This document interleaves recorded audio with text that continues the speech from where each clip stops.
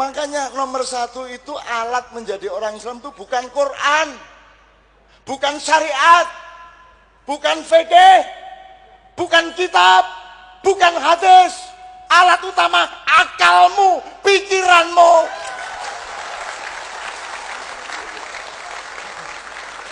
Nggak terima, duel kita.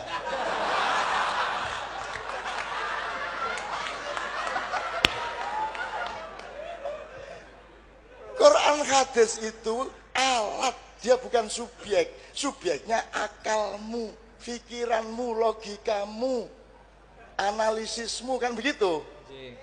Quran hadis itu alat, bahan untuk mencari pedoman dari Allah. Jadi pendidikan Islam nomor satu itu penggunaan akal. Maka Allah mengatakan afala ta'qilun, afala tatafakkarun. Tidak ada afala taqra'unal Quran, yang ada afala ta'qilun. Jadi nomor satu itu akalmu sendiri.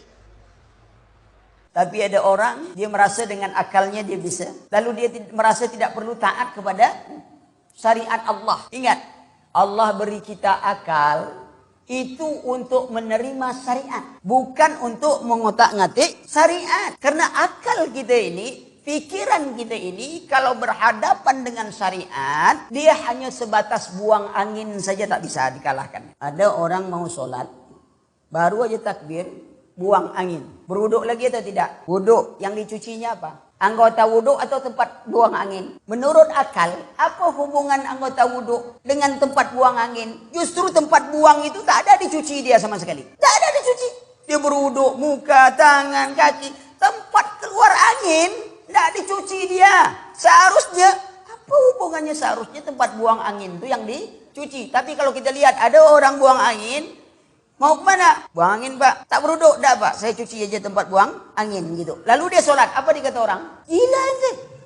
Lihat, ketika akal itu ingin menentang syariat, baru bab buang angin saja, sudah kayak orang gila dia. Lalu bagaimana dunia yang besar ini, problem hidup yang besar ini, yang Allah katakan, wa in tanaza'tum fi shay'in farudduhu ila Allah wa rasulih. Apabila kalian berbeda pendapat tentang suatu, kembali kepada Allah dan Rasul. Dia ingin kembali kepada pikirannya. Mana yang lebih gila?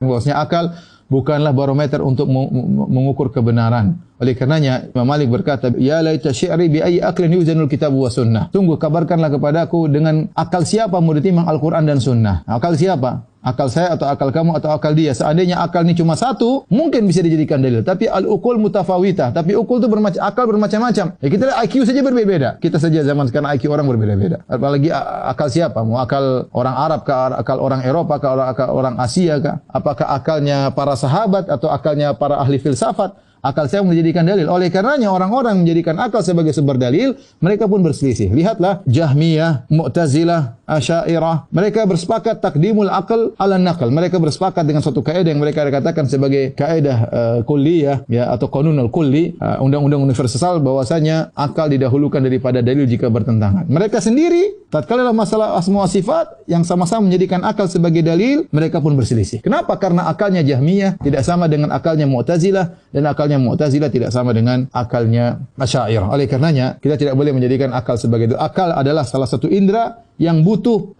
pengarahan. Wahyu adalah cahaya yang mengantarkan akal tersebut. Kata para ulama, ibarat akal adalah mata dan wahyu adalah cahaya. Kalau mata tersebut tanpa cahaya tidak bisa melihat, maka akal butuh wahyu. Dengan wahyu tersebut membimbing akal, karena akal diperlukan untuk memahami syariat dengan baik. Tapi tidak boleh didepankan di atas wahyu. Karena banyak hal yang menurut kamu tidak masuk akal ternyata dijelaskan oleh para ulama lain sangat logis. Seperti dalam hal ini misalnya, banyak orang mengatakan tidak mungkin Allah di atas, tidak logis. Banyak ulama menjelaskan dengan logis. Kita sudah sering jelaskan. Justru mengatakan Allah tidak di mana-mana, justru Allah tidak di atas, tidak di bawah, justru tidak logis. Justru mengatakan Allah di mana-mana juga tidak logis. Mereka berusaha menolak sesuatu yang menurut akal mereka tidak masuk akal, ternyata mereka jatuh pada perkara yang lebih tidak logis lagi. Oleh karenanya menjadikan akal sebagai sumber dalil itu adalah suatu kekeliruan.